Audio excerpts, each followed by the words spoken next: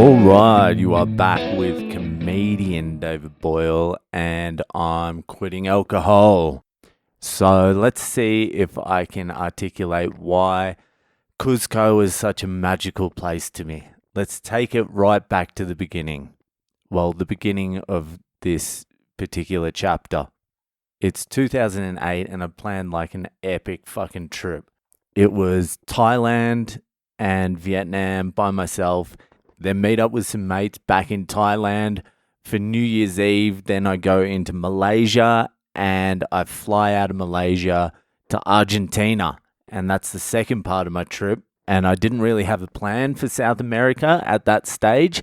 The only thing I wanted to do was cocaine and as much as I possibly could. So I get into Argentina and I'm meeting my mate Jake. Fucking Jakey boy. He's already in South America. He was in Colombia and he flew all the way from Colombia down to Argentina. He wasn't going to come, but he was like, I thought it was going to be an epic. So I was like, fuck it, I'm going to fly down and meet Boyle. So we meet in Argentina, Buenos Aires, and it gets off to an absolute fucking flyer. I'm not going to go into the details, but we had a good time in the few days we spent in fucking Argentina. So after a few days in Buenos Aires, we're like, let's fucking get to Bolivia. Because there's not really that much cocaine in Argentina. Jakey had just been in fucking Colombia, so he was telling me all about the cocaine. He knew how it worked. I had done a little bit in Australia, but not that much. And the shit you get in Australia sucks dick. So he was like fucking regaling me with stories of Colombian cocaine. And I'm like, let's get the fuck out of Argentina. Let's get to Bolivia. Let's get that Bolivian marching powder. So we end up catching buses all the way from Argentina to Bolivia. The most terrifying fucking buses you've ever seen, going through mountains, rickety old shitty buses on wet dirt roads, and you're looking out the window and it's just like a fucking cliff face, and the bald wheel of the tires just on the edge and you can see it. And so the whole time, like 8 hours, you're on these roads and you're just freaking out. Eventually your nerves are so shot that you just fucking pass out. And that went on for days. We caught the wrong bus somewhere. We went the wrong direction. So it was even more fucked up. So after those fucking buses, I'm telling you, like we had to take Xanax and all sorts of shit just to get through them. We get to La Paz and we're corked. Just from the buses. We're like, we've got to stay here for like a month or something. I don't want to leave here. I don't want to do another bus for a fucking month. And Jakey was on board. And as soon as we got into La Paz, first day, just boom, bags of cocaine. And I fucking basically have a psychotic episode on the first day in La Paz. And I forget exactly how long we were there. I think it was like 3 weeks or a month or something. And that was the first day, and I continued having psychotic episodes for the next 3 or so weeks. I was fucking mental in La Paz. I don't know what it was. It was like the air, the cocaine. That particular cocaine fucked me. As soon as I had it, I'd get paranoid and I'd think people were chasing me and I'd start freaking Jake out. My psychosis would lead him into like a psychosis. He was real chill. He was fine on it. He was cooking. He's a chilled out dude. I was mental, but my mental would turn him a little bit mental. And so it was uncomfortable. And La Paz at the time was like sinister. It had a sinister vibe the whole time I was there. Had like a few good times there, a few good stories there. Like I went into the prison. I did coke for like fucking 48 hours in a room at a bar 64 or whatever it is, Route 66. I forget what it was called. But after about 3 or so weeks of that, it was just time to get the fuck out of there. There was no good vibes in La Paz for me. It was dark. It was dangerous. I was doing extreme shit. I was already cooked as well because in Thailand, I was doing all sorts of shit. In Vietnam, I was doing heroin. And drinking the whole time, like insane drinking. So I'm already cooked by the time I get there. And then later on, Jake told me he was very close to just ditching me, just packing his bags and fucking off. And I wouldn't have blamed him, to be honest with you. I thank God that he stayed with me. But yeah, I was a real cooked unit in La Paz. Anyway, we leave La Paz and the plan is to go to Cuzco. Go see Machu Picchu. We'd heard it's pretty fun there. There was no real plan or anything. We're just like, fucking, let's get the fuck out of La Paz. So it was another couple of days on the buses to Cuzco, down through Lake Titicaca, a couple other places that I can't remember. And then we get into Cuzco. We get a shitty little room in San Blas. And I went there the other day. It's turned into some sort of like museum. It was like $7 a night or something, $8 a night. It was fucking cheap, but it was a piece of shit room. You couldn't have got a worse room. But we were being tight and it had 2 fucking beds. So we were like, fuck yeah. The vibe in Cuzco was good from the very beginning. We were walking down the streets. Me and Jakey are just like, this feels better, doesn't it? I don't know what it is, but it feels better. We hadn't even done anything yet. We fucking start drinking. We find a shitty little fucking bar. Some Japanese guy was running it. It was an empty bar. It was off the side street. No one went to it. But they did cheap booze, and the dude was letting us play whatever fucking music we wanted to. So we went there, and we kept going back there. So the first night, we go to Mama Africa's, and the place is just fucking heaving. Immediately, you walk in, the dance floor's packed. It's playing pretty good music to begin with. Later on in the night, it's just bullshit. And everyone in there is on the same vibe. Everyone is just like fucking up for it. People are darting, they're drinking, there's shots, there's fucking girls everywhere. And me and Jake walk in, just start drinking, and then the next thing you know, we're just tearing up the dance floor. We ended up, I don't fucking like speaking about it, but we ended up fucking meeting a couple of girls from America, and they were friends. So we were hanging out, me, Jake, and them, and that was all fun. And then the next morning, you know how it is. The next morning, you're like, fuck yeah, what a fucking night. So me and Jake just start kicking on again, like day drinking. We're just like, let's keep this fucking buzz going. And then we had,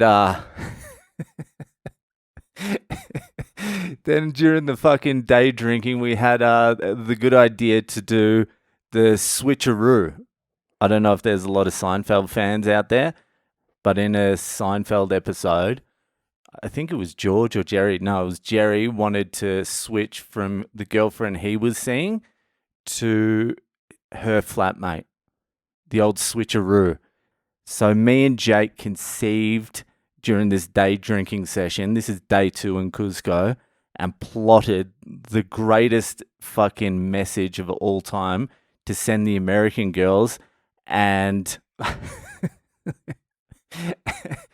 and proposed a switcheroo. Like the girl Jake had last night would go with me, and the girl I had that night would go to Jake. And I'm telling you, me and Jake spent about 3 or 4 hours just fucking word perfect this message. I still have it somewhere. I reckon I could dig it up if I went through one of my 40,000 emails.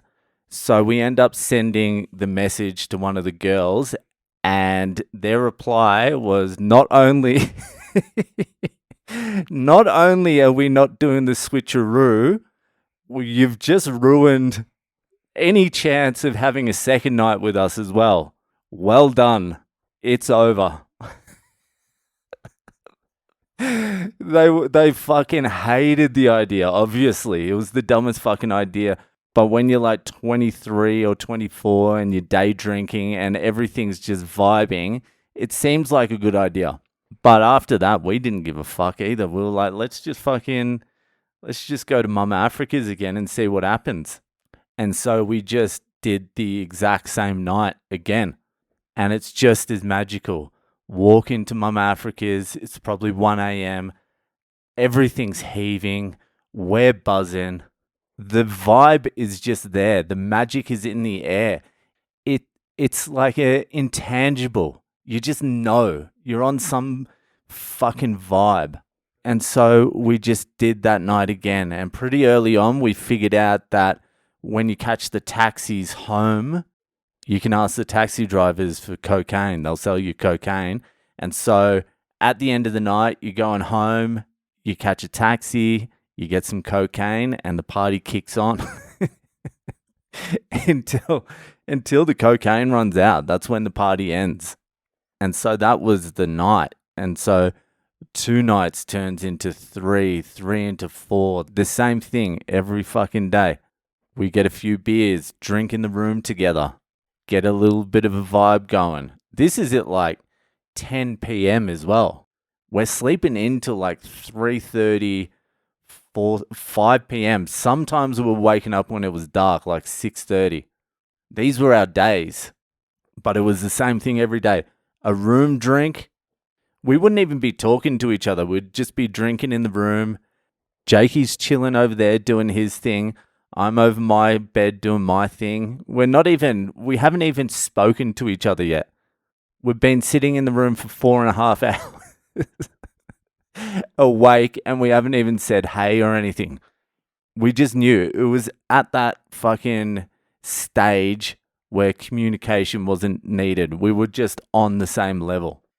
So we'd have a few warm-up drinks, then walk down that street, take a right, go to this place, Runtis, get some fucking mojitos, some Cuba Libras, some beers, play some stones, crank some fucking music.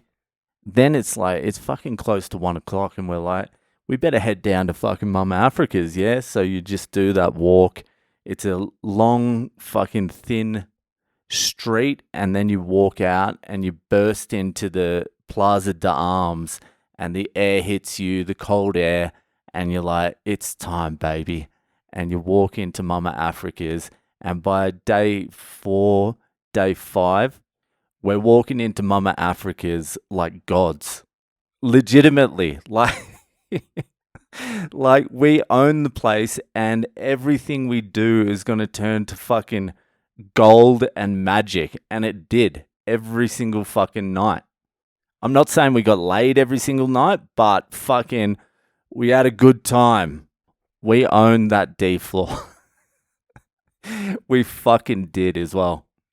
But it was even stranger than that. It was like we were on such a fucking vibe that I think we looked different or something. We were just giving off this energy, and we would walk into Mama Africa's at like 1 a.m., sometimes later, and all the eyes would go to us. Like every girl in there and most of the guys would just look at us. Like, who are these cunts? Who are these fucking absolute fucking studs? And I would go to Jake. I'm like, it's fucking happening again. Everyone's looking at us. He's like, I know, man. I know. It's fucking weird. But let's just roll with it, yeah? I'm like, yeah. Let's just roll with it.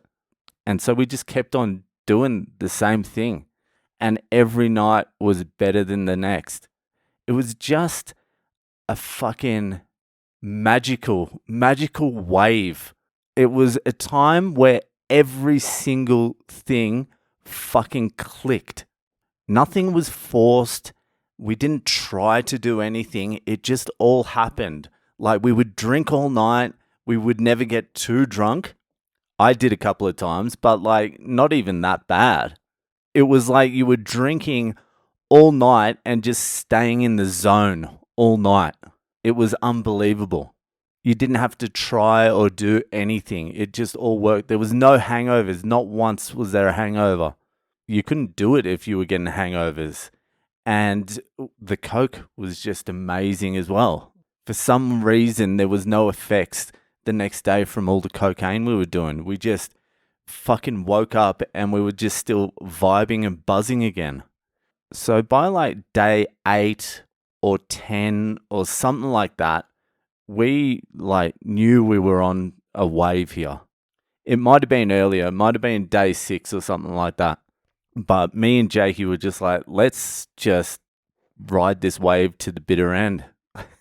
We said that to each other. Let's just see what happens. Let's ride this wave until it fucking crashes, because you don't get off these waves. These waves are fucking rare.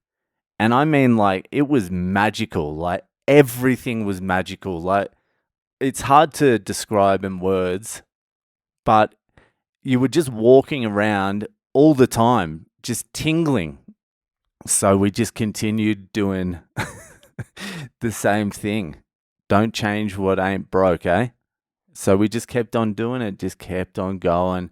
And I remember around day 12 or something like that. I'm not exactly sure, neither is Jakey. He can't remember. But Jakey said to me in the middle of this all, it was very prescient because we were in the middle of like the greatest time of our lives, and it didn't look like there was an end to it in sight, and everything we were touching was turning to gold and magic. It was just filling the air. And in the middle of this, I think we were doing a couple of lines, or we just came back, or we were drinking, I can't remember. But he goes, you know, it's never going to get as good as this ever again. And my initial reaction was, this guy could be the dumbest cunt I've ever met in my entire life. What the fuck is he talking about? He's like, no, this is like the zenith of what we're doing. It's only downhill from here. It will never get better than this right now.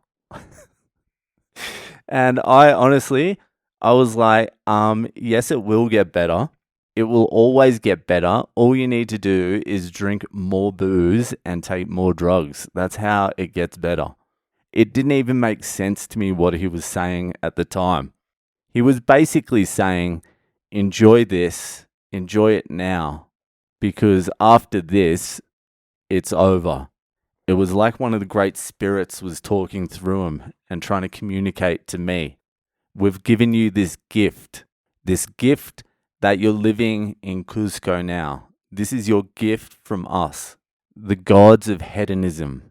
Enjoy it, absorb as much as you can, take it to the end, but once it ends, it's finished for you.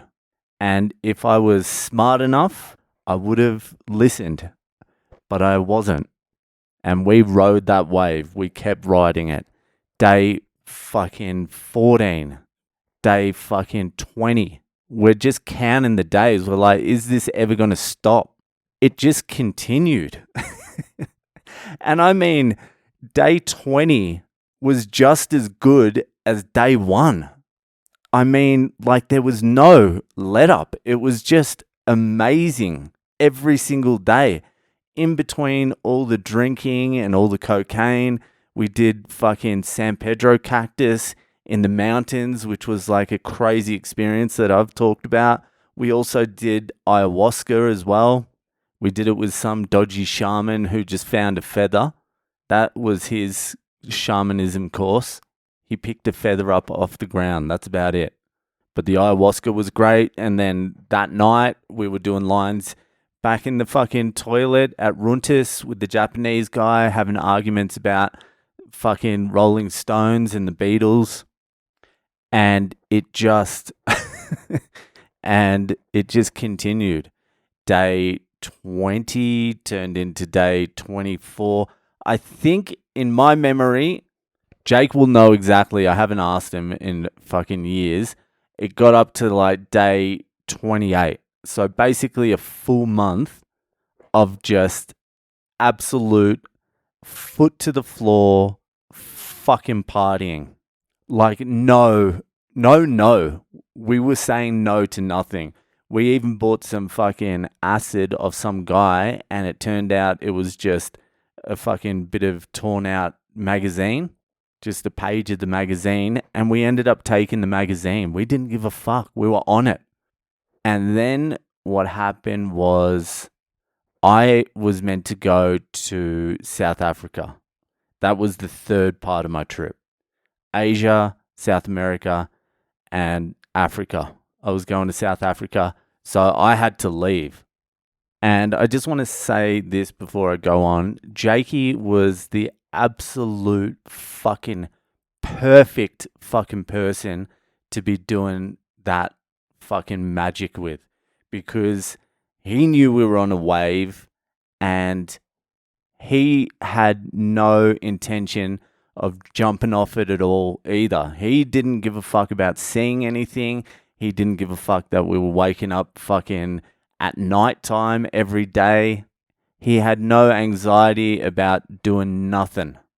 He just knew we were in this thing and he knew we were going to ride it to the end no matter what. And he was the absolute fucking perfect person to be doing it with, because when you're on a ride like that with someone, you sort of get a little bit of anxiety that the other person's going to want to do something else or fucking whatever. They'll deviate or they'll start annoying you. There was nothing like that. We were just like on the same level. We were like locked in to each other as well. We were like communicating without even talk. Like we didn't even need to talk anymore. We just knew. It was a magical fucking experience with us too as well. So I have to go to South Africa. There's like about 3 or 4 days before I have to be in Argentina to get my flight to South Africa. So I'm like, all right, I'll just quickly do Machu Picchu. And the whole time we were there, I had never looked into doing Machu Picchu, so I didn't know what what you had to do to even get there. But it's like it's a 2-day trip out there and then like a 1-day trip back. So it's not just like, oh, I'll go around I didn't even know where Machu Picchu was. I was in Cuzco. I thought it was like around the corner. I thought I could just walk there and have a look. No, but it's like a train and a trek and an overnight stay and shit like that. So I went to the travel agent. I'm like, yeah, I just want to go see Machu Picchu today. They're like, okay, it's booked out today. You can go tomorrow and it'll be 3 days. But the 3 days put me over. I had to be in Argentina. I'm like, all right, well, fucking, I'm missing Machu Picchu. And that was absolutely devastating. But we just kicked on and the days kicked by. And then it got to the last night and it was like, it was emotional. It was very fucking emotional having to leave Jake. We just did our thing. We did our night and we came back to the hotel room and we just did coke all night into the day. And then I left straight from there to the airport and I said my farewells to Jake. Like we knew we had just been through something fucking absolutely incredible. Something that we would never be able to replicate. It was like a thing. It was magic. Pure fucking sent from the gods magic. And so fucking I leave Jake in the morning. I give him a hug. I'm almost in tears. I'm fighting back the tears because it's like I'm losing a fucking brother now. And I get on the plane in Cuzco. I'm sitting on the plane. I'm waiting for it to take off. And before it takes off, about 5 police officers with machine guns come on board and they start asking names. And they take a couple off the back, a German couple or a French couple from the back, and walk them down the aisle. And then I hear one of them go, we're looking for Boyle? I'm like, no fucking way. What? Me? David Boyle? David Boyle. I'm like, yeah, that's me. They're like, all right, come off with us. So I get dragged off the plane by the police with the machine guns, taken off the plane, taken down onto the runway, And waiting for all of us on the runway are our bags. So my bag's sitting there and the couple's bags are sitting there.